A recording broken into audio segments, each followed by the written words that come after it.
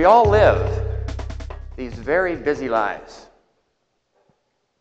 You know that our lives are so busy these days that we either consciously or unconsciously push new people away. I'd like you to imagine for a moment what kind of person you would readily welcome into your life. Think about the qualities of that person. Think about somebody when you're with them, you just feel better about yourself.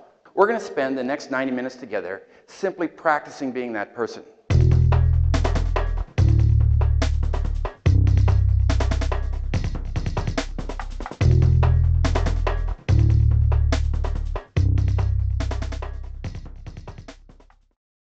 We know what great coaching is. I'm not going to come in here and tell you what it takes to be a great coach. You all have experienced it in your life. I'm going to challenge you to be more intentional about it. Think about what it would be like if you were the kind of person in an organization who went through the organization, went through your customers' companies, went through your community, your family, as the kind of person who actively sought out the best in others, confronted them with that best, and held them accountable to be the very best. These are the qualities of the coach. How many in this room are artists? Put your hands up, please. How many can sing? I heard a few of you last night, actually. It was pretty bad. How many can dance? We're going to come back. We'll talk about that in a little bit here. There's a wonderful book. It's written by Gordon MacKenzie.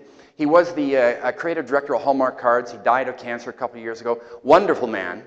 And Gordon MacKenzie would donate a day or two a month to the school systems. And he'd bring in the first grade and spend about an hour with them. So he'd bring them all in and he'd put his art stuff there. He was some kind of carver himself. And he'd say, I'm Gordon MacKenzie. I'm the creative director of Hallmark Cards. I'm an artist. How many of you are artists? How many think put their hands up? 100%. I don't even know what it is. Just give me that hammer and chisel. I'll make that thing hum. 100%. He'd spend an hour with them. He'd talk about their career as artists. He'd talk about creativity.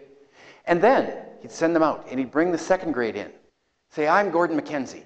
I'm the creative director of Hallmark Cards. I'm an artist. How many of you are artists? How many would put up their hands? 50%. 50%. He would continue this until the 6th grade. He'd bring in the 6th graders, get them seated down. Say, I'm Gordon MacKenzie. I'm the creative director of Hallmark Cards. I'm an artist. How many of you are artists? How many think put their hands up? None. 0%. Once in a while, that strange kid in the corner might put up his hand like this, but that was really strange.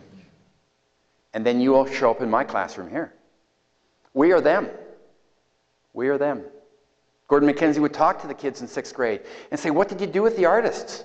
Well, how did you drive them all out of the school system between 1st grade and 6th grade? And now I have you here. Most talent goes undiscovered. When we look at people, when we look at a group, when we look at a team, when we look at a customer, when we look at a child, when we look at a wife, people who are coach-like see us as a reservoir of undeveloped talents. Coaches, first and foremost, are talent hunters. This is what we do. This is our task. We believe that great coaching always has accountability and action tied to it. In my coaching practice, and I coach about 6 to 8 C-level executives at any one time, I never, ever conclude a coaching session without holding the executive, who's my client, think of this, holding my executive accountable to do something different. If you're going to talk about it with me, you're going to commit to doing something different, and we're going to talk about it next week. And if you haven't done it, I'm going to want to know why. I hold my clients accountable to their commitments. There are 2 practices and behaviors we do most frequently in organizations when we set out to coach. These are the 2. Giving advice and telling war stories.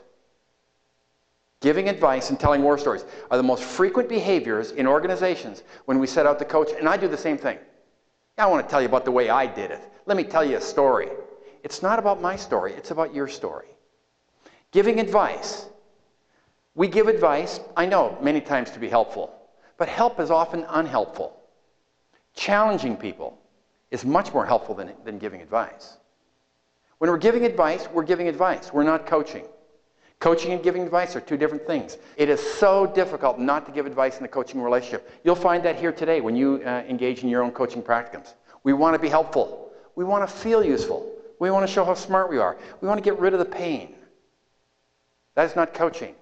In coaching, we call it letting people stay in the puddle. Have you ever seen anybody who's in trouble, got a problem or something like that? And we call them being in the puddle. They sit there and they flap around in the puddle, making all kinds of a mess. What do we want to do? We want to reach down and grab them and save them, pull them out of the puddle. It's not what great coaches do. We call it leaving people in the puddle, having the courage to leave people in the puddle, help them stand up and walk out on their own. And they'll find the puddle is not that deep. I leave you with these final words. You don't need to try to be a coach. Everybody in this room, you're a great coach. Just launch out and do it. Enjoy the rest of your conference. Yeah.